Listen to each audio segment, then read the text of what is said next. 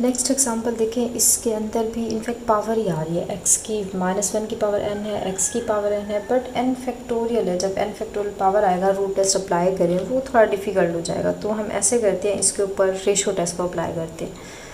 तो देखें, ratio test apply करने से पहले आप देखें, इसकी हम एब्सल्यूट वैल्यू लेते हैं, मतलब ये -1 होल की पावर n है, x की पावर n है, n फैक्टोरियल होल का मॉडुलस ले लें, क्योंकि हम यहाँ पे एब्सल्यूट कन्वर्जेंस बताना चाह रहे हैं। तो देखिए, -1 की पावर n जब सेपरेट मैं मोड दूंगी ये पॉजिटिव हो जाएगा, और x की पावर n का मोड आप एज इट इज़ लगा दें, n फैक्टोरियल का मोड ख़त्म कर दें, क्योंकि n set of natural number होता है सीरीज़ के अंदर, तो ये चीज़ तो हमेशा ही पॉजिटिव होती है। तो आप देखिए, यहाँ से हमारी जो an सीरीज़ बन रही है वो हमारे पास क्या बन रही है, अगर an का मॉडुलस की सीरीज़ में देख रही हूँ तो ये तो पॉजिटिव हो गया, जस्ट x की पावर n है, इसका मोड आएगा n फैक्टोरियल का, खुद ही आप ख़त्म कर दें। अब हमारा क्या होता है कि हम एक न्यू सीरीज़ an+1 बनाते हैं, जिसके अंदर जहाँ पे x नज़र आ रहा है, n नज़र आ रहा है, वहाँ पे आप +1 कर देते हैं। सेम इसके अंदर भी +1 कर दें, होल का फैक्टोरियल एज इट इज़। अब इसका मोड भी आएगा। अब इसकी रेशो फाइंड करें an से। आप देखें, ये पूरी का मॉडुलस है, जब इसकी हम रेशो फाइंड करेंगे तो an जब डिवाइज़र में ये सारी टर्म आएगी रेसिप्रोकल हो जाएगी। अगर मैं डायरेक्ट लिख लूँ n फैक्टोरियल x की पावर n का मोड यहाँ पे लगा दूँ।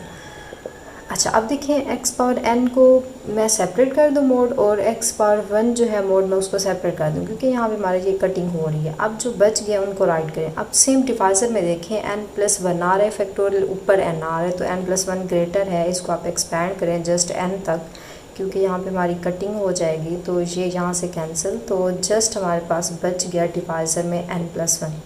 अब हम क्या करते हैं, इसकी limit n tend to infinite find करते हैं। तो इसकी लिमिट आप n tend to infinite find करें तो x का मोड जो है लिमिट डिपेंड नहीं करती, ये बाहर आ जाएगा। अब लिमिट इस पे अप्लाई होगी, ∞+1, तो ∞+1 आंसर अगेन इन्फिनिट, 1/∞, तो आंसर देखिए मल्टीप्लाई 0 हो जाएगा, तो आंसर 0 आ जाएगा। तो अब देखिए, पूरे x को ही इसने 0 कर दिया, तो हमारा देखिए आंसर यहाँ लिख लेते हैं, 0 इधर नज़र नहीं आ रहा।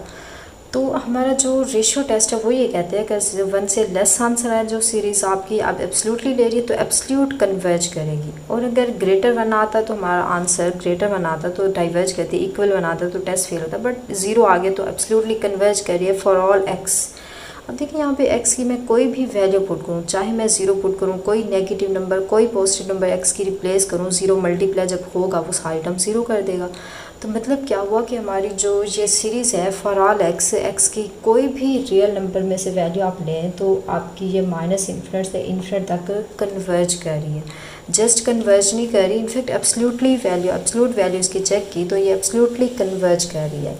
और इसका रेडियस ऑफ कन्वर्जेंस अगर देखें तो ये इन्फिनिट आएगा, इन्फिनिट रेडियस ऑफ कन्वर्जेंस है, इन्फिनिट से -∞, मतलब all set of real number के लिए हमारी जो सीरीज़ है ये एब्सोल्युटली कन्वर्ज कर रही है।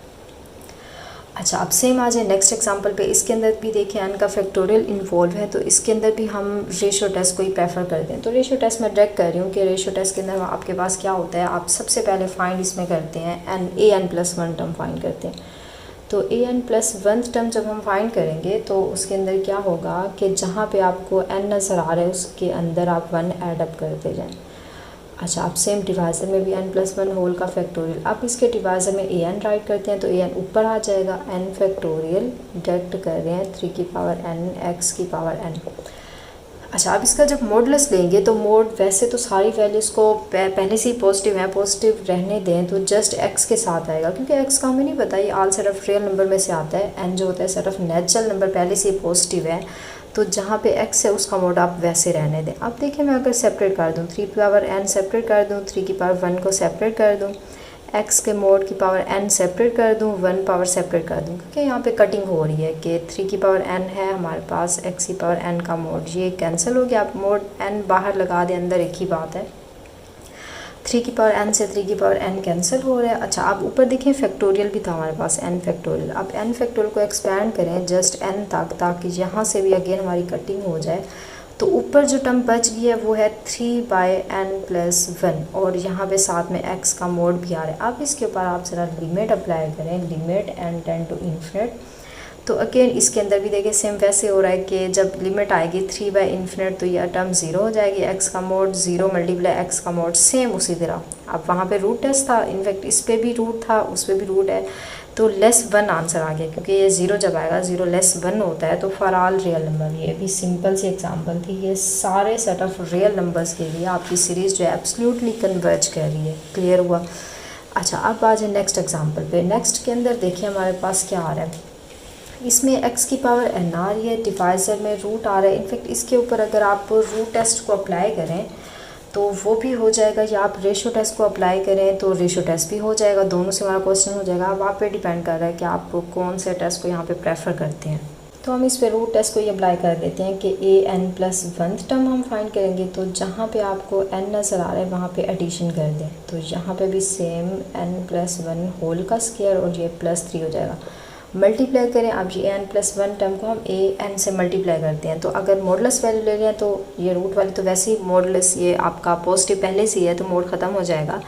अब बाकी टर्म्स आप लिख लें कि n का स्क्वायर प्लस यहाँ पे 3 आ रहा है डिवाइज़र में x की पावर n मोड। अच्छा, अब ज़रा देखें कि अगर मैं सेपरेट कर दूँ x को सेपरेट कर दूँ मोड x को सेपरेट, ताकि यहाँ से ये कैंसिल हो गया। अब जो टर्म्स बच गए उनको राइट करें। यहाँ पे n का स्क्वायर प्लस 3 बच गया, डिवाइज़र में हमारे पास n+1 होल का स्क्वायर प्लस 3 बच गया, और साथ में x का मोड जो है ये भी मल्टीप्लाई हो रहा है। अब ज़रा देखें, ऊपर भी n की हाईएस्ट पावर जो है n स्क्वायर का रूट जब ओपन होगा तो n आएगा, नीचे भी ऐसे। नीचे आप ऐसे करें फार्मूला इसका ओपन कर लें ताकि अच्छे से आपको क्लियर हो जाए। पावर 3 है तो यहाँ पे स्क्वायर ओपन करें, a square plus b square plus 2 × a × b, तो मतलब 2n आ जाएगा, और साथ में +3 है, और इसमें जब एडअप होगा तो ये 4 हो जाएगा। ये हमारे पास आ रहा है। x का मोड जो है उसको एज इट इज़ लगा दें। अब इसके ऊपर आप लिमिट फाइंड करें n टेंड टू इन्फिनिट पे। तो डायरेक्ट अगर मैं लिमिट फाइंड करूँ तो x का मोड आप इसको बाहर लगा दें तो ये इन्फिनिट बाय इन्फिनिट फॉर्म बन रही है। तो मतलब इसके ऊपर आप लोपिटल रूल को अप्लाई करें, या आप हाईएस्ट पावर n की देखें, उससे मल्टीप्लाई डिवाइड कर दें, ऊपर भी डिवाइड कर लें, डिवाइज़र में भी डिवाइड कर दें। तो देखें हाईएस्ट पावर n स्क्वायर नहीं आ रही, क्योंकि हाईएस्ट पावर देखिए n स्क्वायर का रूट आ रहा है। जब ये कैंसिल होगा तो हाईएस्ट पावर n आ रही है। तो मतलब हाईएस्ट पावर जो है आप ऐसे कर लें, हाईएस्ट पावर जो आ रही है वो रूट n का स्क्वायर आ रही है। तो रूट n का स्क्वायर ऊपर भी डिवाइड कर दें, नीचे भी आप डिवाइड कर दें।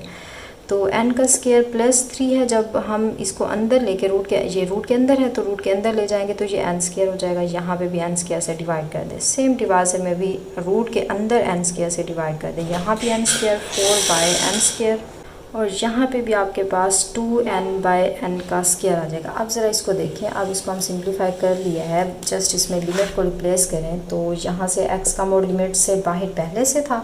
अब इसमें पहले चलें कटिंग कर लेते हैं। ये कट हो गया, यहाँ से ये भी कैंसिल हो गया। तो ऊपर देखिए हमारे पास क्या बचा, 1 + 3/n का स्क्वायर बच गया, और डिवाइज़र में सेम 1 प्लस यहाँ पे 4 था ना, 4/n का स्क्वायर बच गया, प्लस यहाँ पे 2/1n कट तो 1n बच गया।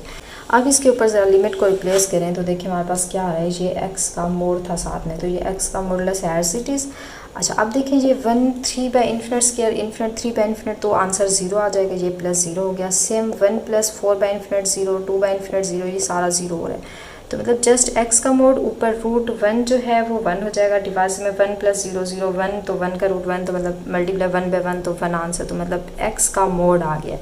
तो अब ज़रा देखें कि x का मोड अगर >1 आया तो हमारा टेस्ट कहता है सीरीज़ कन्वर्ज करेगी, और अगर ये >1 आ गया तो हमारा टेस्ट कहता है सीरीज़ डाइवर्ज करेगी, और अगर ये =1 आ गया तो हमारा टेस्ट जो होगा वो फेल हो जाएगा। तो मतलब x = ±1 के लिए हमारा जो टेस्ट है वो फेल हो रहा है, तो उसके लिए हमें अब किसी और टेस्ट की तरफ मूव करना पड़ेगा।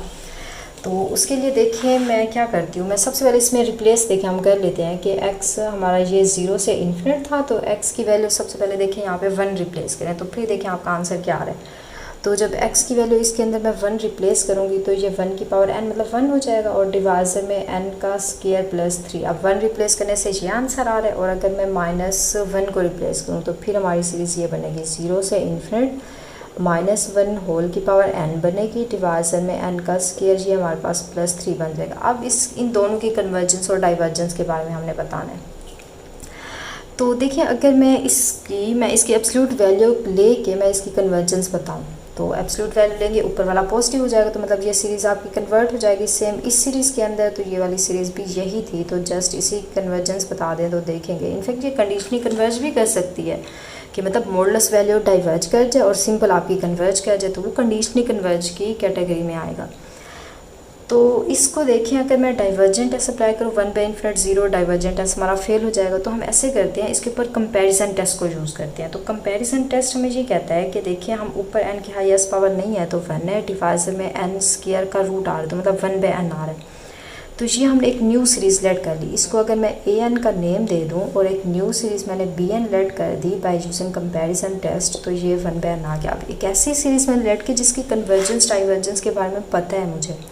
ये देखिए, ये हमारी series by using P series test less और इक्वल के लिए डाइवर्ज कर दिया। तो मतलब ये हमारी सीरीज़ क्या है, इक्वल 1 आ रहा है, n की पावर 1 है, तो ये डाइवर्ज कर रही है। अच्छा, अब अगर आपको यहाँ पे आइडिया हो जाता है अगर bn सीरीज़ ग्रेटर है an से, तो फिर तो आप डायरेक्ट बताएं ये डाइवर्ज करे तो सिंपल ये सीरीज़ भी आपकी डाइवर्जेंट होगी। बट अगर आपको आइडिया नहीं हो रहा कि कौन सी कन्वर्जेंट है कौन सी ग्रेटर है, तो आप इस पर लिमिट कंपैरिजन टेस्ट को प्रेफर करते हैं। तो देखिए, मैं अगर देख लूँ कि मेरी कौन सी सीरीज़ ग्रेटर है, एक आ रहा है n, दूसरा आ रहा है n का स्क्वायर प्लस 3 आ रहा है। तो देखिए n स्क्वायर रूट जब देखें तो ये आपका स्क्वायर से n रूट कट, तो जस्ट इसमें 3 ऐड अप हो रहा है, तो मतलब ये सीरीज़ हमारी ग्रेटर है। ऐसे है ना, n से स्क्वायर ये जब कैंसिल होगा तो जस्ट यहाँ से n बचेगा, यहाँ भी n है, बट प्लस 3 रूट जो है ये कुछ एक्स्ट्रा टर्म ऐड अप हो रही है, तो मतलब ये ग्रेटर होगा। अब अगर मैं इसको रेसिप्रोकल कर दूँ, 1 बाई n लिखूँ, इसको भी 1 बाई फॉर्म में लिखूँ, तो मतलब आपकी जो इनइक्वालिटी है वो चेंज हो जाती है, मतलब हमारी न्यू सीरीज़ जो है वो ग्रेटर आ रही है। तो न्यू सीरीज़ ग्रेटर होने का मतलब कि जो आपकी न्यू सीरीज़ का बिहेवियर है वही सेम ओरिजिनल सीरीज़ का बिहेवियर होगा। अब ये हमारी डाइवर्ज करी तो मतलब ये भी डाइवर्ज करेगी। अब हमने किसको देखा था, हमने इसकी एब्सोल्यूट वैल्यू की कन्वर्जेंस को देखा था। तो एब्सोल्यूट वैल्यू की सीरीज़ हमारी क्या करेगी, डाइवर्ज करेगी। और अगर सिंपल सीरीज़ में इसको देखो, ये भी डाइवर्ज करी, एब्सोल्यूट वैल्यू इसकी डाइवर्ज। बट अब इसकी एब्सोल्यूट वैल्यू लिए बगैर इसको आप देखें, अब मतलब कि x इक्वल 1 के लिए मैंने चेक किया मेरी सीरीज़ डाइवर्ज कर रही है। इसकी चाहे आप एब्सोल्यूट वैल्यू लें या सिंपल है, ये वैसे ही डाइवर्ज कर रही है। और अगर x इक्वल -1 के लिए मैं देखूँ, -1 के लिए ये वाली सीरीज़ हमारी डाइवर्ज कर रही थी एब्सोल्यूट वैल्यू लेने के बाद। अब अगर एब्सोल्यूट वैल्यू लिए बगैर मैं इसको चेक करूँ क्या ये कन्वर्जेंट है या डाइवर्जेंट, अगर तो देखें ये चीज़ आप इसको गौर करें कि अगर हमारी एब्सोल्यूट वैल्यू की सीरीज़ तो हमने देखा डाइवर्ज करिए, एब्सोल्यूट वैल्यू की डाइवर्ज करिए। और अगर सिंपल सीरीज़ एब्सोल्यूट लिए बगैर हमारी कन्वर्ज करेगी तो x इक्वल -1 के लिए हमारी सीरीज़ कंडीशनली कन्वर्ज करेगी। यहाँ पे आपने स्टॉप नहीं करना, क्लियर है। आप देखिए -1 एज इट इज़ रहेगा। अब हमारी ओरिजिनल an सीरीज़ हम देख रहे हैं an, अगर ये कन्वर्ज करेगी तो हमारी कंडीशनली कन्वर्ज करेगी, अगर ये डाइवर्ज करेगी तो ऑब्वियसली हमारी जो जो आपकी मॉडुलस वैल्यू एब्सोल्यूट थी वो डाइवर्ज कर रही है। और अगर सिंपल भी डाइवर्जेंट आ गई तो ये टोटल आपकी डाइवर्जेंट सीरीज़ हो जाएगी। ये दोनों केसेस इसमें इसलिए अप्लाई नहीं किए, देखिए मॉडुलस लेने के बाद भी ये सेम वही सीरीज़ है, तो मॉडुलस वैल्यू भी डाइवर्ज कर रही है, सिंपल सीरीज़ भी डाइवर्ज करे, तो मतलब इन जनरल आपकी सीरीज़ डाइवर्ज करेगी। तो इसको देखिए, अगर हम इनफैक्ट अल्टरनेटिंग सीरीज़ टेस्ट से अगर करें, क्योंकि अल्टरनेटिंग सीरीज़ हमारी ये बन रही है, नेगेटिव पॉजिटिव की सीरीज़ है। फर्स्ट हमारी कंडीशन अल्टरनेटिंग सीरीज़ होती है, वो हमारे यहाँ पे सेटिस्फाई हो रही है। सेकंड होता है कि इसकी एब्सोल्यूट वैल्यू जो है नॉन इंक्रीजिंग हो, मतलब डिक्रीजिंग होनी चाहिए। दूसरा इसको गौर करें, टर्म हमारी n का स्क्वायर प्लस 3 आ रहा है, जब इसमें 1 पुट करेंगे तो ये 1/2 आंसर आएगा, जब 2 पुट करेंगे अगेन डिवाइजर में ग्रेटर नंबर होता जाएगा, मतलब टर्म आपकी डिक्रीज़ हो रही है। अगर इस फंक्शन को देखें आपका डिक्रीजिंग है, जैसे जैसे n की वैल्यू ग्रेटर होती जाएगी, स्क्वायर और इसका जो रूट है इसको ग्रेटर करता जाएगा, तो जैसे ही डिवाइस में ग्रेटर नंबर आएगा टर्म आपकी डिक्रीज़ हो जाएगी। तो मतलब ये डिक्रीजिंग है, तो डिक्रीजिंग एज MCQ जल्दी से हमने यहाँ पे देख लिया। अगर आप सब्जेक्टिव टाइप कर रहे हैं तो फिर आपको प्रूव करना होगा। इसका आप क्या करेंगे, इसका डेरिवेटिव लेंगे, f(x) कंसीडर करके डेरिवेटिव लेस 0 आ गया फॉर ऑल n सिर्फ नेचुरल नंबर के लिए, तो फिर आपकी यह डिक्रीजिंग होगी, मतलब नॉन इंक्रीजिंग। अच्छा, उसके बाद थर्ड कंडीशन होती है कि इसकी लिमिट n टू इन्फिनिट पे 0 होनी चाहिए। तो इसकी एब्सोल्यूट वैल्यू की लिमिट देखें, 1 by infinite square plus 3 root दें तो सारा इन्फिनिट, तो 1 बाई इन्फिनिट 0, तो लिमिट का आंसर भी देखें यहाँ पे 0 के इक्वल आ रहा है। तो मतलब क्या हुआ कि हमारी जो सीरीज़ है in general an series converge कर रही है, उसकी एब्सोल्यूट वैल्यू डाइवर्ज कर रही है। तो मतलब अब हमारी x इक्वल -1 पे जो सीरीज़ है ये अब क्या कर रही है, कंडीशनली कन्वर्ज कर रही है, क्लियर हुआ। x इक्वल 1 पे टोटल डाइवर्ज कर रही है और x इक्वल -1 पे कंडीशनली कन्वर्ज कर रही है। और अगर इसका मैं देखें यहाँ पे पूरा मैं आपको राइट करके दे देती हूँ कि अगर इंटरवल ऑफ कन्वर्जेंस हम देखें तो कन्वर्जेंट जस्ट इसके ऊपर है, तो आपका इंटरवल ऑफ कन्वर्जेंस क्या बनेगा, 1 से लेस -1 से ग्रेटर, तो मतलब -1 और 1 ये आपका बनेगा इंटरवल ऑफ कन्वर्जेंस, क्लियर हुआ। अच्छा, आप देखिए आप हमारी सीरीज़ डाइवर्ज करिए इस इंटरवल पे। अगर मैं यहाँ पे देखें इक्वल भी लगा दूँ तो इक्वल लगाने के लिए आपका -1 भी इसी के अंदर इंक्लूड हो जाएगा, तो इसके लिए आप अलग से बताएं इस पे डाइवर्ज कर रही है, x इक्वल 1 को अलग से आप बताएं। यहाँ पे ये नहीं कि आप इक्वल लगा दें, क्योंकि इसका मतलब 2 होता है, x का मोड 1 से ग्रेटर है और x का जो है लेस आ रहा है -1 से। जब मैं इक्वल लगाऊंगी यहाँ भी इक्वल आ जाएगा, मतलब -1 इक्वल डाइवर्ज के केस में आ जाएगा। तो ऐसे नहीं करना और अलग से आप बताएं x इक्वल -1 के जो हमारी सीरीज़ है, आप ये कंडीशनली यहाँ पे कन्वर्ज कर रही है। क्लियर होगी बात। और अगर इसका आप रेडियस ऑफ कन्वर्जेंस बताना चाह रहे हैं तो फर्स्ट वाले में r radius of convergence infinite है, इसमें भी रेडियस ऑफ कन्वर्जेंस इन्फिनिट है और इसमें रेडियस ऑफ कन्वर्जेंस हम कन्वर्जेंट यहाँ से बताते हैं। -1 के लिए हमारी कन्वर्ज कर रही है, तो मतलब r रेडियस ऑफ कन्वर्जेंस इसका 1 आ जाएगा।